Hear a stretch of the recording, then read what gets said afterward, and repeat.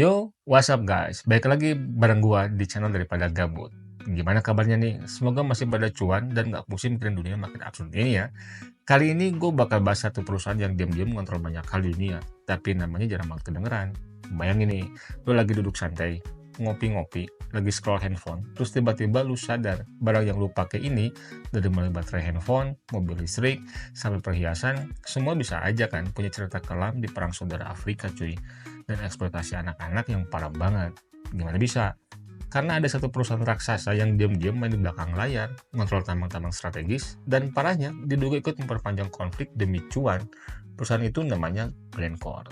Dan lu mungkin nggak sering dengar namanya, tapi dampaknya gede banget cuy. Mereka perusahaan tambang asal Swiss yang punya kekuatan segede negara, lebih kaya dari banyak pemerintahan, dan punya koneksi ke elit global. Dan yang lebih seremnya nih cuy, mereka pernah kepergok ngelakuin skandal suap, manipulasi harga, bahkan dituduh bermain di tengah konflik senjata. So, gimana ceritanya sebuah perusahaan tambang bisa punya pengurus gede ini? Kenapa justru negara-negara yang kaya sumber daya alamnya, kayak Kongo, malah dilanda perang terus-menerus? Dan bener nggak sih? Glencore ini ikut bakar api di konflik Afrika, terutama di Kongo. Oke, stay tune cuy. Gue bakal bongkar semuanya di video ini. Kita gas.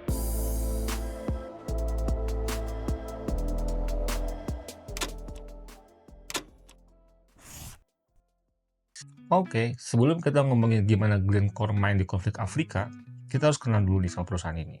Kan jujur aja cuy, ini bukan perusahaan biasa, ini kayak negara tanpa wilayah, punya kekuatan gede, jaringan luas, dan cuan yang bikin elit politik pun harus mikir dua kali kalau macam-macam sama mereka.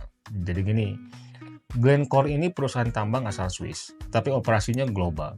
Mereka bukan cuma ngelola tambang, tapi juga jual beli komoditas kayak minyak, batu bara, logam, seng, emas, tembaga, nikel, sampai kobalt. Lo bayangin aja, 60% perdagangan seng dunia itu lewat mereka. Paham kan? Seberapa gede pengaruh mereka di pasar global? Dan kalau pikir mereka ini cuma perusahaan tambang biasa, salah besar cuy. Glencore ini lebih mirip mafia korporat. Mereka nggak cuma ngambil mineral dari bumi, tapi juga punya track record yang panjang soal suap, manipulasi harga, dan kerjasama dengan rezim otoriter di berbagai negara. Pendiri Glencore, Mark Rich, bahkan dulu pernah masuk daftar buronan FBI. Dia dikejar-kejar gara-gara dagang minyak ilegal sama Iran pas lagi ada embargo. Tapi anehnya nih cuy, dia malah dapat gerasi dari Presiden Amerika Bill Clinton. Lo tahu kenapa?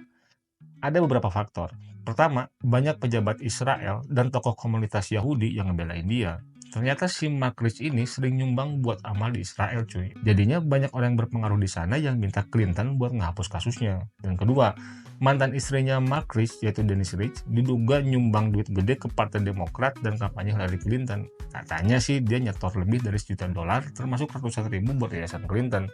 You know lah, orang-orang kaya selalu punya cara buat selamat, lebih sana sini buat tetap bisa eksis cuy. Dari sinilah budaya main kotor Glencore mulai kebentuk.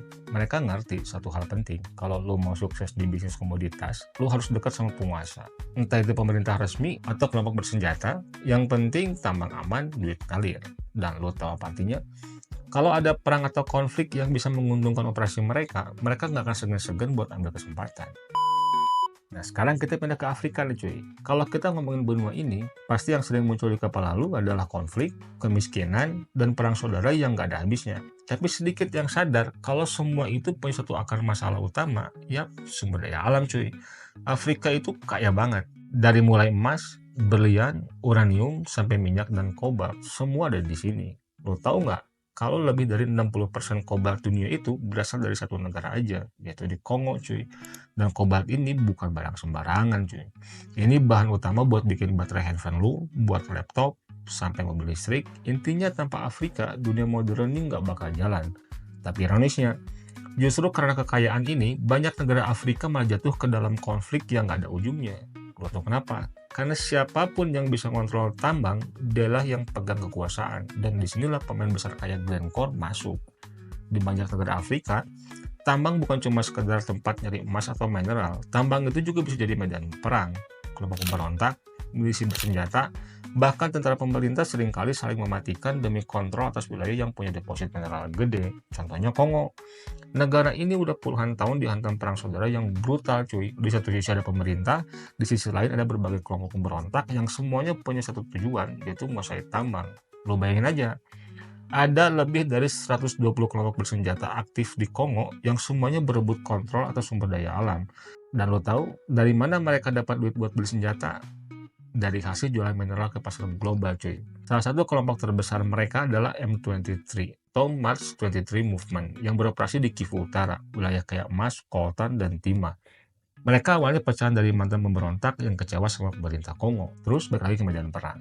M23 ini punya sejarah panjang didukung oleh Rwanda, meskipun ya pemerintah Rwanda selalu menyangka mereka pakai duit dari jualan mineral buat beli senjata dan biaya operasi militernya. Jadi siklusnya gini cuy, mereka ambil mineral dari tambang ilegal, terus jual ke pasar gelap, dan dapat duit buat beli senjata. Perang lagi cuy. Nah, di tengah kekacauan ini, ada perusahaan-perusahaan tambang besar yang tetap beroperasi, salah satunya ya Glencore. Mereka punya konsesi tambang gede di Kongo dan negara-negara Afrika lainnya. Dan yang jadi pertanyaan besarnya, gimana caranya mereka bisa tetap jalan di tengah konflik segila ini? Jawabannya, ya tentu aja, mereka bayar biaya keamanan cuy. Ini bisa dalam bentuk suap ke pejabat lokal, bayar uang pelindungan ke milisi bersenjata, atau pura-pura nggak tahu kalau mineral yang mereka beli berasal dari tambang yang dikuasai kelompok pemberontak. Contohnya, beberapa laporan investigasi nunjukin kalau perusahaan-perusahaan kayak Glencore sering bikin kesepakatan diam-diam sama perusahaan lokal. Mereka kasih duit atau fasilitas ke elit politik biar tambangnya tetap aman, sementara rakyat tetap hidup dalam kemiskinan dan perang cuy. Oke, sekarang kita zoom in ke Kongo. Negara ini punya salah satu tambang terkaya di dunia cuy, tapi juga jadi salah satu negara paling kacau. Sejak tahun 90-an, Kongo terus dilanda perang saudara yang brutal. Lo tahu berapa orang yang gugur akibat konflik ini? Banyak banget cuy, lebih dari 6 juta orang. Dan banyak yang nyebut perang ini sebagai perang dunia Afrika, karena nggak cuma satu atau dua pihak yang terlibat, tapi puluhan kelompok bersenjata, negara-negara asing dan tentunya perusahaan multinasional kayak Glencore. Glencore masuk ke Kongo buat ngegarap tambang tembaga dan kobalt. Dan ini bukan tambang ecek-ecek cuy. Kongo punya cadangan kobalt terbesar di dunia. Barang yang sekarang jadi emas biru tuh, karena dipakai buat baterai mobil listrik dan gadget modern. Nah masalahnya, tambang-tambang ini ada di zona konflik. Jadi, siapapun yang mau beroperasi di sana harus main dengan pihak-pihak yang menguasai wilayah tersebut. Dan itu seringnya bukan pemerintah resmi cuy, tapi milisi bersenjata yang brutal. Nah, gimana cara Glencore ini tetap bisa jalan? Mereka nggak bisa terang-terangan dukung satu pihak. Jadi, mereka pakai cara halus, bayar uang pelindungan, main suap, dan jalin hubungan sama elit politik lokal. Bahkan ada laporan kalau Glencore pernah ngasih uang ke seorang pengusaha lokal bernama Dan Gettler yang punya hubungan dekat sama Presiden Kongo waktu itu, Joseph Kabila. Gettler ini semacam orang dalam yang bantu Glencore dapat akses eksklusif ke tambang-tambang di Kongo. Tapi ujung-ujungnya, pemerintah Amerika ngejatuhin sanksi ke Gettler karena diduga korupsi dan eksploitasi sumber daya Kongo. Sanksi buat Dan Gettler itu berupa sanksi ekonomi yang bikin dia susah masuk pasar global sama akses ke aset-asetnya di wilayah Amerika cuy. Tujuannya sih buat nyetop dia eksploitasi sumber daya Kongo yang bikin rakyat lokal sengsara. Tapi ya gitu, banyak yang nanya, apa iya sanksi ini ngefek? Soalnya katanya, Gettler masih bisa jalani pengaruhnya di Kongo lewat jaringan bisnisnya. Dan salah satu tuduhan terbesar ke Glencore kalau mereka secara nggak langsung ngebiayain perang dengan beli mineral di tambang yang dikuasai kelompok bersenjata cuy. Gimana caranya? Jadi gini, ada jalur distribusi yang kompleks di industri tambang.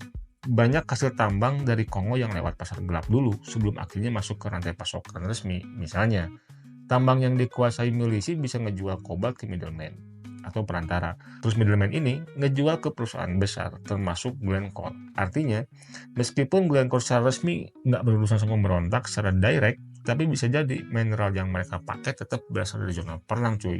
Nah masalah ini makin kacau karena di lapangan buruh tambang di Kongo banyak yang kerja dalam kondisi yang parah banget, kayak upah rendah, kerja tanpa perlindungan, bahkan banyak kasus kerja paksa dan eksploitasi anak-anak. Semua ini terjadi karena dunia butuh kobalt murah dan perusahaan-perusahaan besar kayak Glencore ini nggak mau kehilangan keuntungan.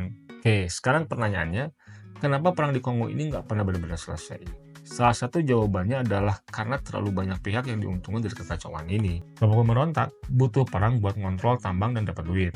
Pejabat korup butuh perang buat terus dapat suap. Dan perusahaan-perusahaan tambang besar, selama ada perang, mereka bisa tetap dapat harga murah dan nggak perlu pusing sama regulasi ketat kayak di negara-negara maju. Jadi, jangan heran kalau konflik di Kongo akan terus berlanjut, karena buat banyak pihak, perang ini adalah bisnis.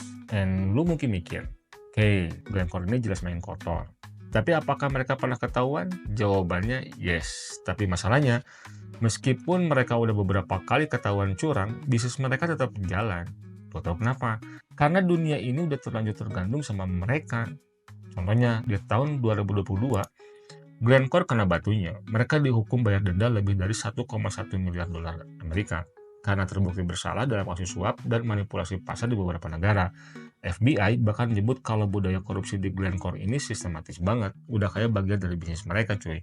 Yang terbaru tuh, di tahun 2024, mantan bos gede divisi minyak mereka, Alex Bird, plus beberapa ex karyawan lainnya kena dakwa di Inggris dengan tuduhan nyogok demi bisnis di Afrika Barat. Tapi anehnya, sidangnya baru bakal digelar bulan Juni 2027, cuy. Katanya sih pengadilan di sana lagi penuh. Belum cukup, di Swiss tuh cuy. Glencore International kena hukum lagi, denda plus kompensasi lebih dari 150 juta US dollar gara-gara gagal ngurusin suap buat tambang di Kongo. Tapi tunggu cuy, kita zoom ke Asia sama Amerika Selatan nih, karena ada lagi aksi gelo mereka. Seperti kasus suplai minyak bodong dari Glencore ke Pertamina di tahun 2016 yang bikin geger. Gimana nggak? Minyak yang datang jauh beda dari spesifikasi yang tertulis di kontrak cuy. Harusnya ada 4 kargo minyak mentah buat kilang Pertamina, 600.000 barel minyak mentah buat kilang Balongan, dan 600.000 barel Bonny Light buat Balikpapan. Tapi kenyataannya, yang nyampe malah minyak oplosan, sarit dicampur mesla, total 1,2 juta barel. Dan lebih parah lagi cuy, perbandingannya kebalik, harusnya 70% sarit dan 30% mesla, tapi yang dikirim justru komposisi terbalik. Yang bikin tambah aneh, ISC Pertamina baru nolak pas kapal tanker MT Takiki dan MT Stephen Blossom udah merapat di pelabuhan Dumai dan Balikpapan sekitar 19 September 2016. Ya udah keburu sampai, baru sadar ada yang nggak beres. Apa ini benar-benar keteladoran atau ada permainan di balik layar? Menurut lu gimana? Yang kita lanjut nih ke Amerika Selatan cuy. Ini lebih gelo lagi. Di Peru, Glencore yang punya tambang tembaga super gede, Antamina, kena skandal nyogok pejabat lokal biar izin lancar jaya. Bahkan, mereka dituduh pakai polisi buat hajar warga yang demo. Gelo kan? Terus di Brazil cuy, mereka ketahuan nyogok orang-orang di Petrobras, perusahaan minyak raksasa, biar bisa dapat kontrak minyak murah dari tahun 2007 sampai 2018. Hasilnya, mereka keok di investigasi Amerika, terus ngaku salah, dan banyak ratusan juta dolar buat tebus dosa. Tapi nggak cukup di situ. Di Venezuela, Glencore main bid rigging sama manipulasi pasar minyak, bikin negara itu berdarah miliaran dolar cuy. Jadi, meski udah kena tamparan gede, Glencore ini kayaknya masih doyan main api cuy. Dan kasus tersebut nunjukin kalau Glencore ini nggak cuma main di Afrika, tapi juga ngejalanin praktik kotor di Amerika Selatan, Eropa, bahkan Asia. Tapi lu pikir ini bikin mereka bangkrut? Sama sekali enggak cuy. Glencore cuma bayar denda, beberapa eksekutif mundur, terus bisnis jalan lagi kayak biasa. Tau kenapa? Karena mereka terlalu gede buat gagal. Perusahaan ini pegang kontrol atas komoditas yang dunia butuhin. Tanpa mereka, harga bahan baku bisa naik gila-gilaan. Nah sekarang, lu mungkin bertanya, kalau Glencore jelas-jelas ikut main di zona konflik, kenapa nggak ada tindakan tegas dari dunia internasional? Jawabannya, karena negara-negara besar juga butuh Glencore cuy. Eropa butuh mereka buat suplai tembaga dan nikel. Cina butuh mereka buat bahan baku industri. Amerika juga nggak bisa lepas dari mereka. So, meskipun perusahaan ini punya track record buruk, mereka tetap dibiarin beroperasi. Selain itu, banyak pemerintah yang sebenarnya sadar kalau industri tambang di Afrika ini bermasalah. Tapi mereka lebih milih pura-pura nggak tahu. Kenapa? Karena kalau mereka benar-benar bertindak, harga bahan baku bakal naik, industri manufaktur bisa kena dampak, dan ekonomi global bakal terguncang. Oke, sekarang kita sampai ke pertanyaan paling penting. Siapa yang sebenarnya bayar harga dari semua ini? Jawabannya ya pastinya rakyat bisa di Afrika. Di Kongo, ribuan orang kerja di tambang dengan kondisi yang mengenaskan. Banyak dari mereka buruh anak-anak yang dipaksa kerja 12 jam sehari cuma buat dapat recehan beberapa dolar. Padahal usianya masih sangat kecil banget cuy. Bayangin, ada yang baru 6-7 tahun udah angkatin batu dan gali tanah buat nyari kobalt. Ya meskipun rata-rata sih sekitar 10-16 tahun, tapi banyak juga yang lebih muda cuy. Dan lo tau nggak gimana cara kerjanya mereka? Anak-anak ini digiring ke lubang tambang yang sempit, gelap, dan super bahaya. Mereka cuma pakai tangan kosong atau alat seadanya, gali tanah sampai berdarah-darah. Angkut beban berat yang bikin badan remuk cuy. Cuma buat ngumpulin kobalt, bahan yang kita pakai di gadget kita. Nggak ada helm, nggak ada sepatu safety, nggak ada apa-apa. Selain resiko gede, banyak yang gugur cuy. Kena longsor, kecelakaan, atau penyakit karena kondisi yang kotor banget di sana. Data pasti korbannya sih susah didapat. Tapi perkiraan dari berbagai laporan bilang puluhan ribu orang. Termasuk anak-anak udah jadi korban praktik tambang ini dari lama cuy. Bayangin, Di Perang Kongo aja jutaan nyawa hilang dan tambang ini jadi bahan bakar konflik itu. Belum lagi yang mati perlahan gara-gara racun tambang sama polusi ini nggak kehitung cuy.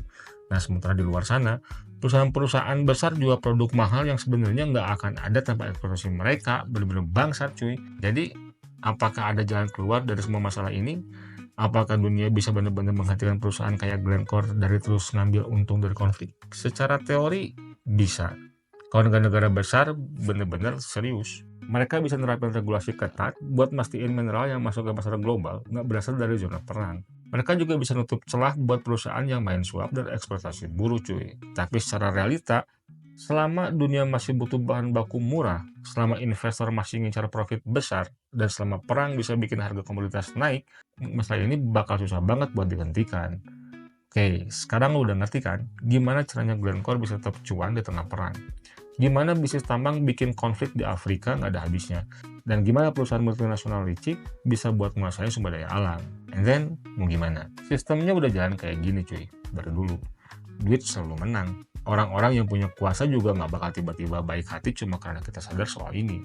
Dan realitanya, kebanyakan dari kita ya tetap harus hidup, tetap pakai handphone, tetap beli barang dari perusahaan yang mungkin dibaliknya ada cerita kelam, and mau beli semua, and mau hidup tanpa teknologi, it's impossible cuy. Jadi ya udah, kita tahu, tapi kita tetap jalan, kadang kepikiran, ya kadang lupa. Mungkin ini bukan soal siapa yang salah, tapi lebih ke kita semua terjebak dalam sistem yang udah terlalu besar buat dilawan cuy. Tapi ya siapa tahu gue salah. Dan kalau lo punya pandangan lain, drop di kolom komen. Oke, segini dulu video gue kali ini. Jangan lupa like, share, and subscribe. And see you di next video. Peace.